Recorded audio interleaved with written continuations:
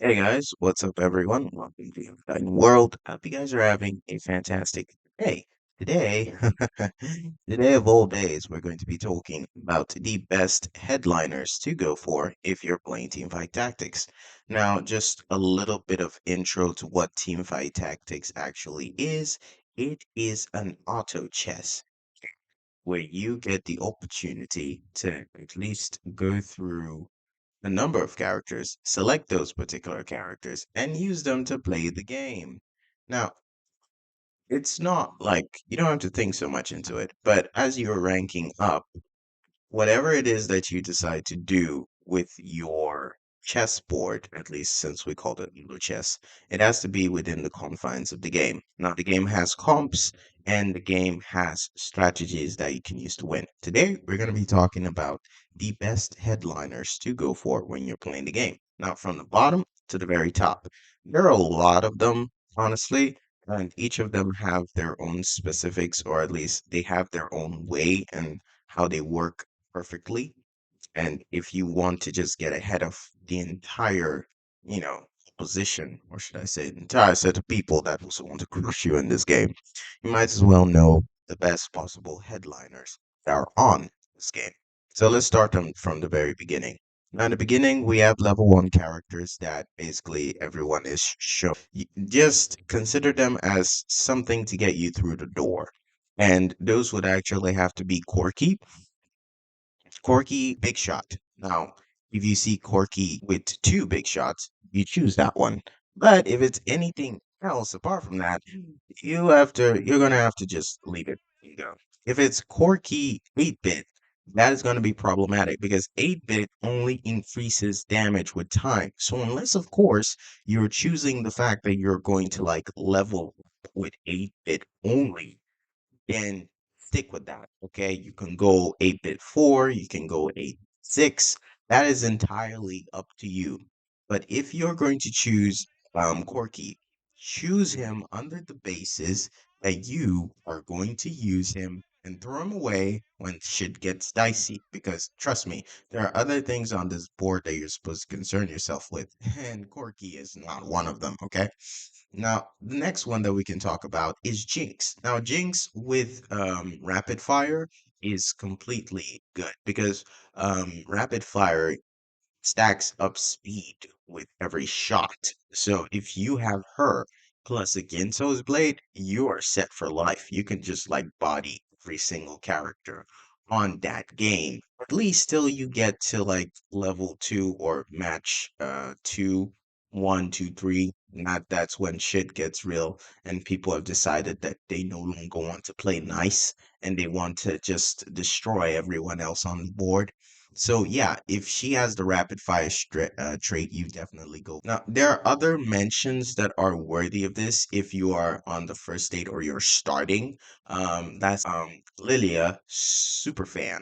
Now, Lilia Superfan means that she also gets a complete item that's just gonna be on her. You can add probably like a gargoyle stone blade onto her, so make her like super invincible whilst you have Kennen in the back firing his shurikens and shit like that. So that would be really helpful in the beginning, though. But like I said, if we're starting, the characters that we're shown are not ones that you're supposed to be too attached to. So make sure that when you get them, you're ready to let them go.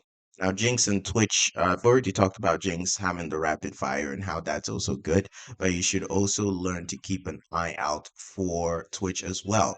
Now, the thing is, they don't necessarily throw all of the good characters at you the moment you start, so you have to be willing to make do with what you have. All of them are great, but it would be rather better if you get up with traits that help you stop people from messing with you in the beginning. Because, like it or not, sometimes it doesn't even matter if you take L's in the beginning and you win at the end, but it also helps if you have LP or at least a little bit of life when you're getting to the end so that you can actually figure out what's going on whilst you're losing. Because if you lose a lot in the beginning, chances are when you get to the end and you even get to lock in, somebody just throws you off your game just because of arrangements or positions within the game. So you gotta just really learn to use with Yeah. So I've talked about Cassante, I've talked about Jinx, I've talked about Corky. Yeah, and the rest is history. The rest of them suck. At least that's my experience. Maybe some people have different experiences because let's say for instance you even try to go for pentakill bluff. That's really great, but he's easily killable unless you activate the bruiser trait and you get him like Sterak's gauge. That's when you're going to be able to actually use him to do some damage, but in the beginning a lot of people were trying to be smart asses with you. Either they're going to just wait for the right moment to strike, or they're going to be aggressive from the beginning. And they can totally body Olaf, even if you go for his chosen, or should I say, headliner.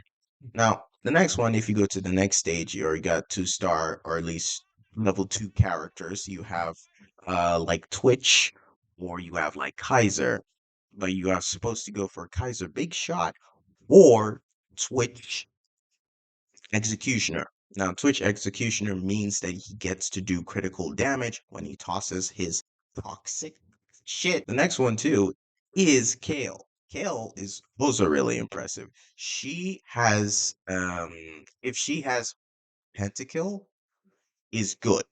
If she has Edgelord, that is great, which means that she would go faster as the person that you are targeting is getting lower than 50%. So you can just have Yasuo. If you have Yasuo and he's one, Yasuo dies really easily. So please don't get attached to him and don't even think of using him for Edgelord because he's gonna die quickly. The fact is, when Kale is Edgelord and she's at the background, she gets to deal more damage without being at the front of the fight and having to deal with people who are crazy like Hisante when he tries to block you, then smash you between two pillars of cement, which I don't know why he carries around in the first place. So it's really great if you have Kale Headliner with the Edgelord trait active. But caution, that also means that you're going to settle on characters that deal damage with respect to Edgelord. That means we're going Vigo, that means we're going Yone, that means we're going with Riven. So you're going to have to like keep that in mind. And that means that you're going to deal with attack speed, so it'll be better if you got yourself a Ginso's Rage Blade if possible. But even without it, she's still pretty amazing. So let's go to another one too. Now, this might be a little bit high above, but you should also take note that Jin also can do damage, but we're not going to talk about him right now because that's only when you have actually gotten to level 5. And I mean, if you've gone to stage 6 and you're still alive, you might meet this. Or if you've leveled up to like 9 or 10, that's when you might see something like this. But it's never certain, unless, of course, you're starting and you see like Showtime. When you when players activate Showtime, it means that they get to see characters that are one level higher. So let's say that you get to level 9, chances are you're gonna see Jin pretty easy. But I don't like Jin because Jin kind of like takes his time before he needs the right tools. Him and Sona. Sona is just a non-starter though.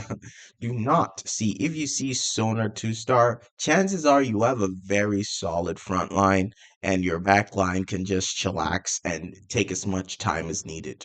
So yeah, that then also it seems like the characters that we could talk about are all pretty high up, but I would say that if you got the opportunity to use Mordekaiser Sentinel, that would be great.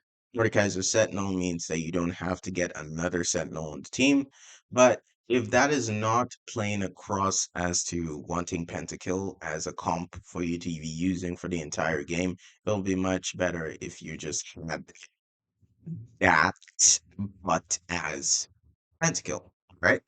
Um, there's Mordekaiser, and I think the final one, at least a lot more out there. The thing is, the traits are only as bad as you make them. You see, the thing is, some people always get a little bit stuck when, or at least I know I am. When I get to level 7, I kind of want to settle down. I don't want to get another, at least I don't want to be in a hurry to get to level 8 because even if I do get there, it means that I have a solid comp in mind or I want to put someone else on the board. So, with respect to that, there are so many other characters, but the ones that I can go right off my head and say that you could actually go for are Morty, Headliner. So, Morty Headliner with Sentinel is really great. If you also have Echo, Echo is really good because well, when Echo activates his at least his superpower, he kind of like stuns everyone for like a couple of seconds, which could be critical, especially if you have somebody who's got a Ginso's Rage Blade in the back going crazy. The longer you keep them waiting, the faster that person becomes and the more damage they deal. At least that is to my knowledge. Now, if you go higher, the ones that I would recommend mostly would be Ezreal. But go for Ezreal if you have the right items. Don't go for Ezreal just because he looks good. Because Ezreal could be just running around throwing his really sparkly shit, but he's not going to do anything if you don't have the right item. I think it all boils down to the kind of items that you have. So make sure that all the items that you have are capable of transferring from one person to another. Don't go after something like a gargoyle stone plate for a headliner chosen, especially when you know next ones, at least. Ezreal is a good idea. Only Ezreal. Big shot. If he has big shot, trait active, that is who you go for. Do not go for Heart Steal. Big shot. Heart Steal Ezreal. Just avoid him. If you see him, walk away. Just walk away. Okay? Here, listen to me. Walk away. Um, the next one is Akali. Akali is really great. I love her. She is my main girl. Love her to death. She's absolutely amazing. The only thing is that you need to let her activate her trait faster and position her in the right direction. Okay? Because if you go for her, great. The problem is going to be that once you do, she's just going to target the person who's farthest because she's not thinking about the one who's doing the most damage. No, she just sees someone in the background. It could be a tentacle, and she's just gonna go crazy on that shit. And before you know it, the damage has already been done, and you're dead. So you might want to like position her in the right position, or at least you have to be conscious of where she stands, or else you could have her on the team, but she's not going to do any damage because she's too busy killing plants instead of you know winning the game for you. Um. So yeah, you could actually go for her and that would also be great. Now, this could be one of the final ones because Eloy headliner is trash. Honestly, if you have even if you have the right items, she'll still die before your very eyes, and you wonder to yourself, is she only good for her tentacles though? Because it kind of feels like that. I've put her on several times and she's always died. She's always managed to break my heart. So avoid Eloy if you can, please. Even if she has the bruiser trait active and you've got like what 4 on your team, just avoid her because she's just wasted space. Unless of course there's an Akali somewhere among your opponents and you need her to just distract Akali from doing any damage. That's what you do. All right, just put the tentacles at the corners, and then she'd be like, "Oh my God, enemy! Kill, kill, kill." By the time she even realizes you've already destroyed the entire opposite team. Now, Jin is great. If you put like 3 Gento's blades on him, he'd probably be invincible. But you also have to understand that he needs time to set up his entourage. And by entourage, I mean his rifles that are in the background. But that also means that you also have to clean your slate, which means that if you're trying to level up a character to 3 star or 3 star or 2 star, that's gonna have to go into the trash because you're going to have to bet all on Jin. And that could actually be frustrating. Now, you could choose to have lesser rifles, but the more they are, the more damage to do. The more damage to do, the faster the game ends. And you wouldn't have to see your front line crumble as Jin is still starting to make setup. and have only two or three rifles and not be able to do any damage because he's too busy dying. Um, yeah, so but Jin is also a big shot. So it's better if you also have that as part of the opportunity. So it's also great if you have misfortune. They claim that misfortune does a lot of damage. I think it's because her trade is not like so flashy, or at least when she attacks you, it's not so flashy. Her bullets go right through you and go into your your allies. So it's kind of hard for you to figure out that, oh my gosh, she's doing damage. It's unless you're dead. It's like, wow, she killed me very easily. And so with that, you're going to have to be really, really cautious. All right. Um, if you want your characters to attack quickly, especially characters like Sona, Jin, you're going to have to go with a blue buff and Spear of Shojin. And you can go put in a Ginso's blade over there if you want him to do like damage consistently, but that also is entirely to you. I've never seen a case where Ginso's blade has been allowed to go off into like the hundreds. But if there was such a game, I would love to see it. Maybe you'll be the one to do it. Maybe I will. Who knows? But yeah, these are the ones that I could highly recommend.